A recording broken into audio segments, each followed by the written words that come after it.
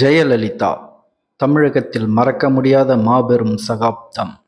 ஜெயலலிதா இந்த சொல் கடந்த 25 ஆண்டுகளுக்கும் மேலாக தமிழகத்தில் உள்ள சந்து பொந்துகள் எல்லாம் ஒலித்துக் கொண்டிருக்கும் ஒரு பெயர். 14 ஆண்டுகள் தமிழகத்தில் முதலமைச்சராக இருந்து இந்தியாவின் மிகப்பெரிய கட்சிகளில் ஒன்றான அஇஅதிமுகவை தலைமையேற்று நடத்தி மிகப்பெரிய சகாப்தத்தை ஏற்படுத்தியவர்.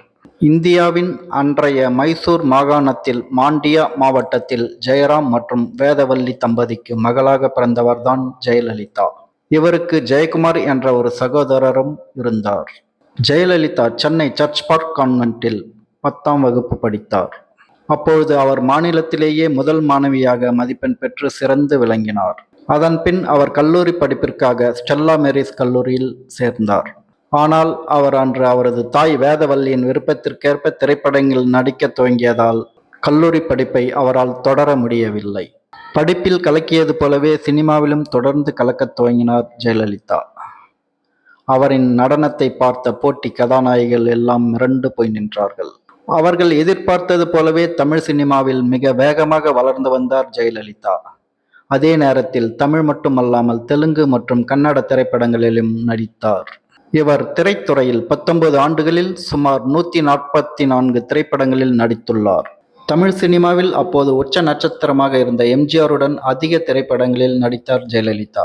அப்போதுதான் எம்ஜிஆர் திமுகவில் இருந்து பிரிந்து அதிமுக என்ற கட்சியை துவங்கினார். அதன் பின் ஜெயலலிதா 1982ஆம் ஆண்டு அதிமுகவில் இணைந்து முழு நேர அரசியலில் ஈடுபட துவங்கினார். படிப்பிலும் கலையிலும் ஒரு வலம் வந்த ஜெயலலிதா அரசியலையும் விட்டு வைக்கவில்லை. அதிமுகவின் கொள்கை பரப்பு செயலாளராகி அதன் பின்னர் ராஜ்யசபாவில் மேல்சபை உறுப்பினரானார்.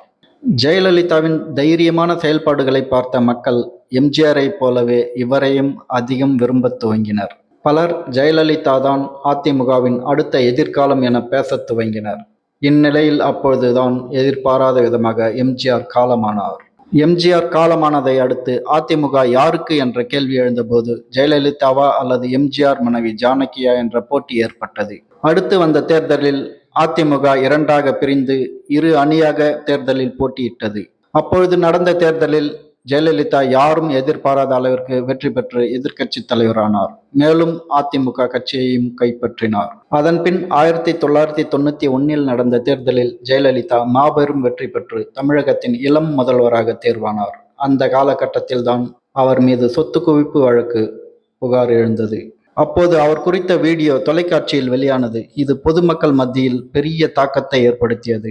இது அடுத்த தேர்தலிலும் பிரதிபலித்தது. 1996ஆம் ஆண்டு நடந்த தேர்தலில் அதிமுக கட்சி கிட்டத்தட்ட மொத்தமாகவே தோல்வியடைந்தது. ஏன் ஜெயலலிதாவே தான் நின்ற தொகுதியில் தோல்வியடைந்தார். அவர் மீது 1998ஆம் ஆண்டு சொத்து குவிப்பு வழக்கு தொடரப்பட்டது. 1998, 1999இல் மத்திய அரசு கூட்டணியில் இருந்து ஜெயலலிதா வெளியேறியதால் வாஜ்பாய் அரசு கவிழ்ந்தது. அதன் பின் 2001ஆம் ஆண்டு தமிழக சட்டசபை தேர்தலில் வெற்றி பெற்று மீண்டும் முதல்வரானார் ஜெயலலிதா. அவர் பதவியேற்று சில மாதங்களில் அவர் மீது வழக்கு இருந்ததால் அவர் முதல்வராக நீடிக்க முடியவில்லை. முதல்வர் பதவியிலிருந்து விலக வேண்டிய நிலை வந்தது. அதன் பின் அவர் ஓ. பன்னீர்செல்வத்தை முதல்வராக அறிவித்தார். அடுத்து மீண்டும் முதல்வரானார் ஜெயலலிதா. அந்த ஆட்சியில் பல்வேறு திட்டங்களை கொண்டு வந்தார். அந்த காலகட்டத்தில் அவர் கொண்டு வந்த திட்டங்கள் பெருமளவில் மக்கள் மத்தியில் பேசப்பட்டது. பல திட்டங்கள் பாராட்டுக்களையும் சில திட்டங்கள் எதிர்ப்புகளையும் சந்தித்தது. அதன் பின் நடந்த சட்டசபை தேர்தலில் திமுக வெற்றி பெற்றது. அது அதிமுகவிற்கு பெரும் அடியாக அமைந்தது. அந்த ஆட்சி காலத்தில் நடந்த நாடாளுமன்ற தேர்தலில் அனைத்து தொகுதிகளிலும் அதிமுக தோல்வியடைந்தது.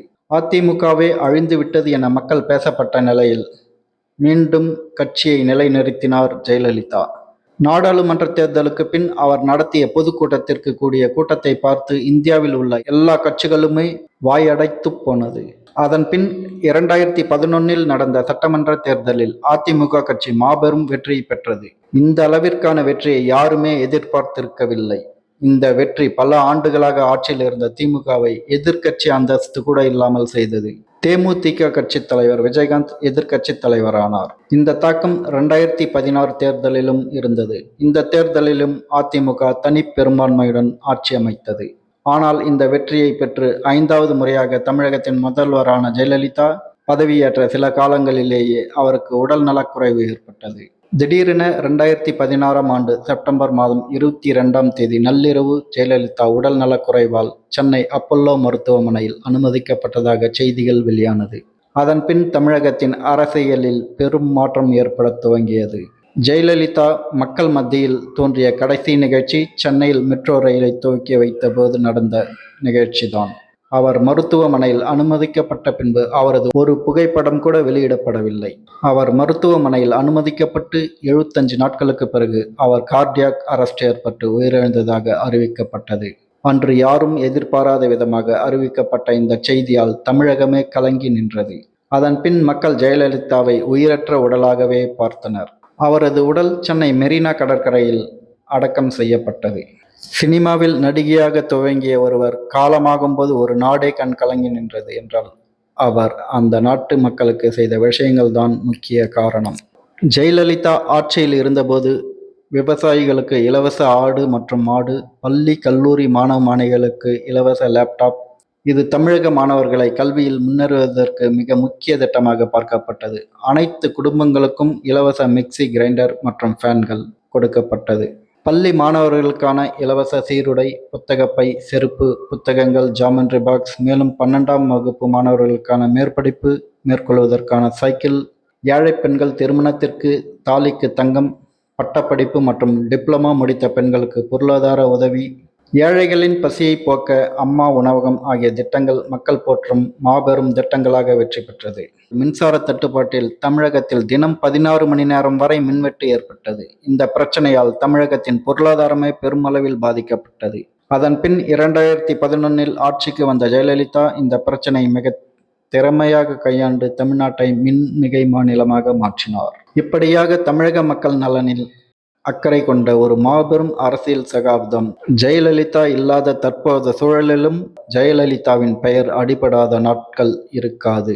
தற்போது நடக்கும் சில நிகழ்வுகளை பார்க்கும்போது பொதுமக்கள் அந்த அம்மா மட்டும் இருந்திருந்தால் என்ற ஒரு வார்த்தையை சொல்லாமல் இருந்திருக்க மாட்டார்கள். அந்த அம்மா மட்டும் இருந்திருந்தால் என்ற வார்த்தையை சொல்லித்தான் இன்றைய அரசியலை விமர்சனம் செய்கின்றனர் பொதுமக்கள். அந்த அளவிற்கு இரும்பு மங்கையாக திகழ்ந்தார் ஜெயலலிதா.